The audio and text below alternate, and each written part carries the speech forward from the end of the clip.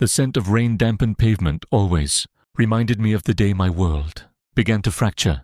I stood in the shadow of our kitchen in a quiet district of Krakow, the moonlight reflecting off the polished marble, when I heard the whispers that turned my devotion into a cold, calculating curiosity.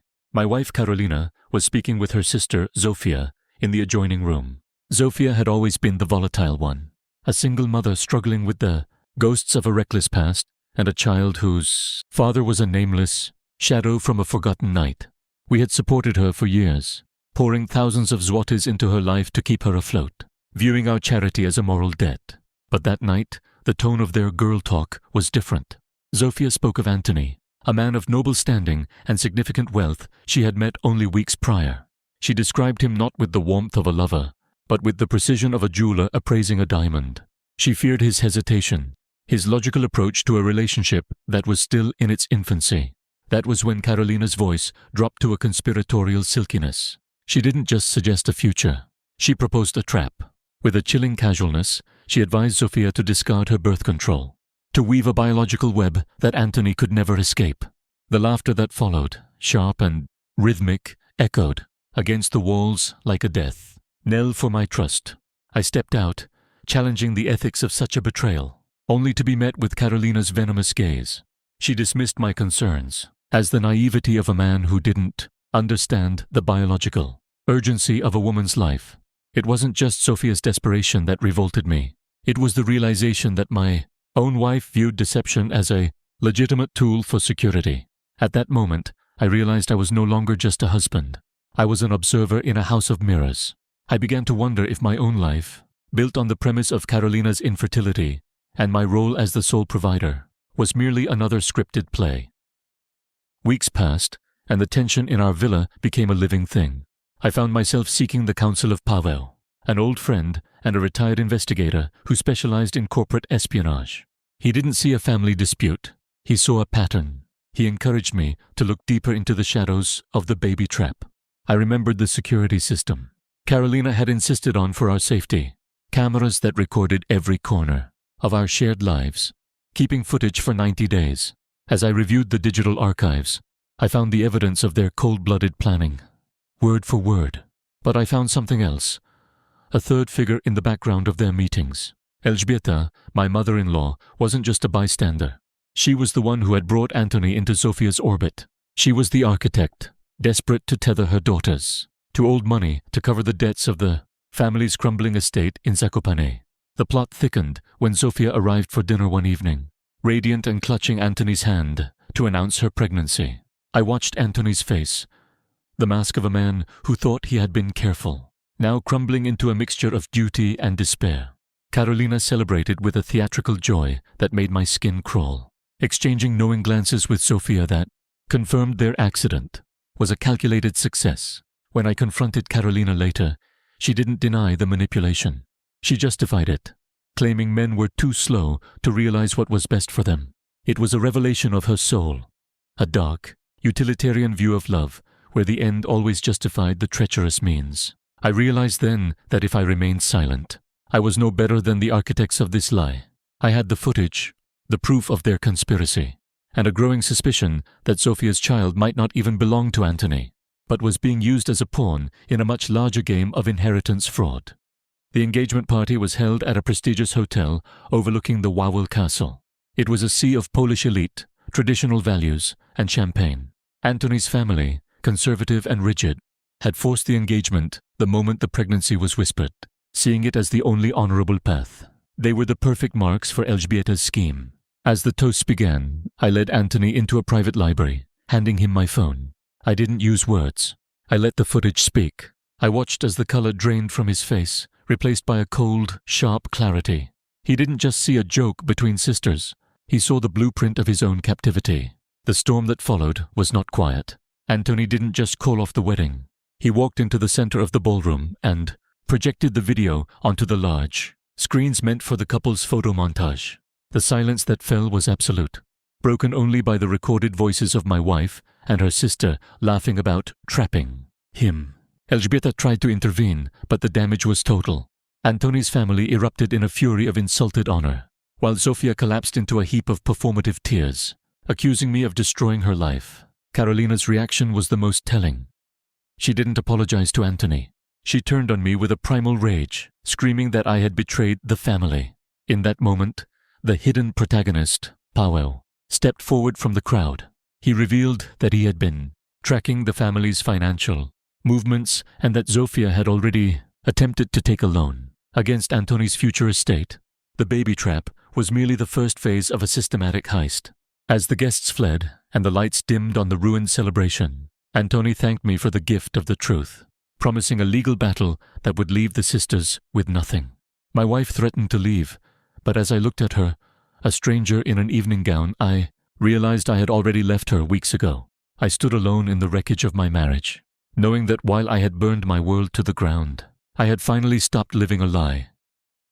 The silence that settled over our home in the following days was not the peace of a resolution, but the suffocating stillness of a tomb. Karolina moved through the rooms like a ghost, her presence marked only by the sharp click of her heels on the hardwood and the occasional shattering of glass when her rage peaked. I spent my nights in the study, the door locked, dissecting the digital trail I had uncovered. It wasn't just about Zofia anymore. I realized that my own life had been a carefully constructed narrative, written by Karolina and edited by Elżbieta. The medical condition that Karolina claimed had rendered her infertile, the very reason we had never tried for children, the reason I had poured my paternal instincts into supporting her sisters, began to look more like a strategic fabrication. I found a hidden folder in her cloud storage, encrypted but vulnerable to the tools Paweł had provided. When the files finally opened, I didn't find medical reports of heartbreak. I found receipts for a private clinic in Gdańsk from 5 years ago. The documents were for a procedure, yes, but not one to fix infertility. It was a termination, performed in secret while I was away on a business trip in Warsaw. But the most devastating detail wasn't the procedure itself. It was the name of the father listed on the intake form. It wasn't mine.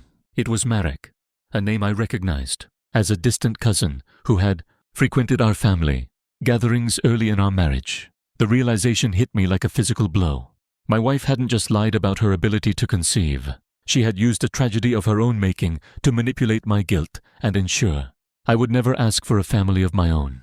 She had kept me in a state of perpetual debt to her suffering, all while she and her mother managed the family's dwindling assets behind my back. Every loan I had given to Elżbieta for the Zakopane estate had been a brick in a wall designed to keep me from seeing the truth. I was never a partner, only a source of capital. The rain in Krakow turned into a relentless grey curtain, mirroring the gloom in my heart. I met Paweł in a small, dimly lit cafe in the Kazimierz district, away from the prying eyes of the social circle we once inhabited. He looked at me with a pity that I found harder to swallow than the bitter espresso.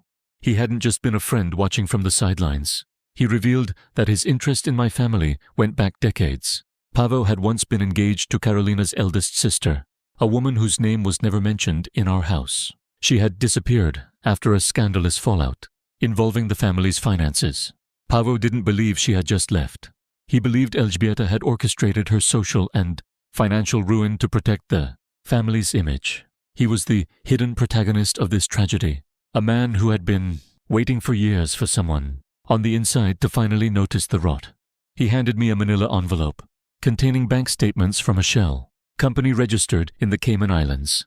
The beneficiary wasn't Zofia or Karolina, but a trust fund intended for the unborn heir of the family. The scheme was elegant in its cruelty. By trapping Antony, they weren't just securing a husband for Zofia. They were creating a legal entity that could receive investments from Antony's estate, which would then be diverted to pay off Elżbieta's gambling debts in underground casinos across Europe. The pregnancy was the key to a vault, and I had been the one providing the security codes for years.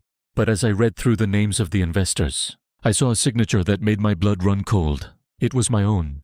Karolina had been forging my signature on guarantee bonds for months. If the baby trap failed and the legal battle turned ugly, I wouldn't just lose my wife. I would be held legally responsible for the family's fraudulent debts. The predator wasn't just at the door. She was sleeping in my bed, waiting for the right moment to let the ceiling collapse on me. The drive to Zakopane was a descent into a cold, jagged purgatory. As I navigated the winding roads of the Tatra Mountains, The peaks looked like the broken teeth of an ancient beast, waiting to swallow the secrets I was about to exhume. I wasn't heading to the family estate, Orle Gniazdo, for a reconciliation. I was heading there to find the ghost of the Sister Pavo had mentioned, the one who had been erased from the family portraits. The air grew thin and biting as I pulled up to the wrought iron gates of the mansion. The estate was a sprawling, Gothic monstrosity of wood and stone, a testament to a wealth that had long since turned to rot. I didn't ring the bell. I used the key I had taken from Carolina's jewelry box, a key she thought I didn't know existed. Inside, the house smelled of old wax and something metallic, like dried blood or ancient debts. In the library, beneath a floorboard that groaned with the weight of decades, I found a leather-bound ledger. It wasn't a diary.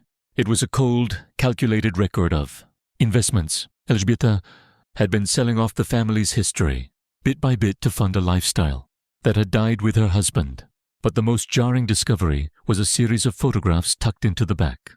They showed Marek, the cousin, who had fathered Carolina's secret child, standing beside Zofia, months before she ever met Anthony.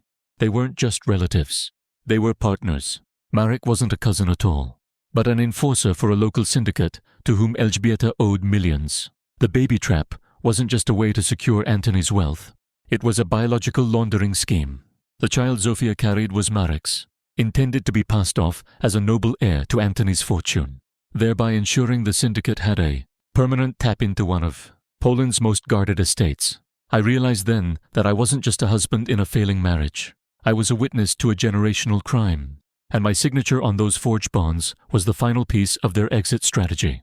They needed a fall guy, and I had been auditioning for the role for years. As I sat in the darkness of the library, the heavy oak doors swung open. I expected Carolina, perhaps even Marek, but it was Elżbieta who stepped into the room, her silhouette framed by the moonlight. She didn't look like a woman caught in a lie. She looked like a queen defending her crumbling borders. She didn't offer excuses. Instead, she poured 2 glasses of expensive brandy and told me that my curiosity was the only thing standing between my freedom and a prison cell. She confirmed everything: the fake infertility, the cousin who was actually her creditor's muscle, and the plan to use Sofia's pregnancy as a financial life raft. She offered me a deal. If I stayed silent and allowed the legal battle with Antony to settle with a quiet out-of-court payment, she would find a way to dissolve the forged bonds. If not, she would ensure the authorities found the digital trail of embezzlement she had planted on my office computer weeks ago. It was a masterclass in psychological warfare, but she had underestimated one thing: the hidden protagonist waiting in the shadows outside. Pavo had been recording the entire conversation through the window, his specialized equipment capturing every confession of fraud and blackmail. But as I looked at the screen of my phone, receiving Pavo's signal, a new realization dawned on me. Pavo's thirst for revenge against Elżbieta wasn't just about his lost fiancée. It was about the inheritance he believed he was owed. He wasn't just helping me. He was using me to dismantle the family, so he could swoop in and claim the Orle Gniazdo estate for himself. I was caught between 2 predators, one who had betrayed my heart, and another who had manipulated my sense of justice to serve his own greed. The rain outside turned into a torrential downpour, washing away the last of my illusions. I wasn't the hero of this story. I was the bridge they were all trying to cross, and I decided, at that moment, to be the one who blew it up. The storm outside the Zakopane villa seemed to whisper the name of the one person they had all tried to forget: Hannah. As Elżbieta waited for my answer, her eyes glittering with the cold triumph of a blackmailer, I realized that I was the only one in the room who didn't know the full truth about the Orle Gniazdo deed. If Paweł wanted this estate, and Elżbieta was selling it off, then who actually owned the ground we stood on? I reached into the hidden compartment of the ledger I had found, pulling out a yellowed document that changed the trajectory of my life. The estate hadn't been left to Elżbieta. It had been held in a strict trust for Hannah, managed by a bank in Warsaw. Elżbieta hadn't just been selling history. She had been committing identity theft on a grand scale, pretending Hannah was incapacitated to drain the trust. I looked up at my mother-in-law and smiled. A slow, terrifying expression that made her grip on her brandy glass tighten. I told her I would sign her contract, but first, I needed to verify the digital trail she claimed to have on my computer. I wasn't going to check the files. I was going to upload the scan of the trust, Deed to the Warsaw Bank's fraud department, BCCing the local prosecutor and the syndicate's main rival. Outside, in the mud and the rain, Paweł was waiting for my signal to move in. But I knew now that he wasn't my savior. He was the one who had tipped off the syndicate about Elżbieta's debts, hoping to force a foreclosure, so he could buy the land for pennies. Through a front company, he was playing a game of chess where I was a pawn meant to be sacrificed for his closure. I pulled out my phone and sent a message to Marek, the man who supposedly fathered the child. I didn't threaten him. I told him that Elżbieta was planning to use the baby trap footage to negotiate a deal with the police that would put him and his associates behind bars for decades. In the world of organized crime, the only thing more dangerous than a debt is a witness who is ready to talk. I watched from the window as a black SUV pulled into the driveway, its headlights cutting through the mist like the eyes of a predator. The wolves were no longer at the door. They were in the hallway, and I had been the one to let them in. The air in the library grew heavy, with the realization that the family was about to be torn apart, not by my hand, but by their own insatiable greed. The final confrontation was not a scream, but a series of cold clicks as the library doors were locked from the outside. Marek entered, his presence bringing the scent of cheap tobacco and expensive violence. He didn't look at me. His focus was entirely on Elżbieta, who had suddenly lost her royal composure. The baby trap was no longer a financial scheme. It was a death warrant. Marek revealed that the syndicate had no interest in Antony's money if it came with the heat of a high-profile paternity, fraud, and a police investigation. They wanted the land, and they wanted it now. That was when Paweł broke through the side door, his gun drawn, screaming about justice for Hannah. It was a pathetic sight. A man so consumed by a decades-old grudge that he had become the very thing he hated. I stood in the corner, a ghost in my own life, as the layers of betrayal collapsed. I had sent the bank records to the authorities 10 minutes prior, and the sound of sirens began to wail in the distance, echoing through the mountain passes. The hidden protagonist was nothing more than a desperate man with a weapon, and the architect was a woman who had finally run out of secrets. I didn't stay for the arrests. I walked out through the servants' entrance, leaving the ledger on the floor. I drove away from Zakopane as the blue and red lights began to illuminate the Orle Gniazdo, a state like a grisly carnival.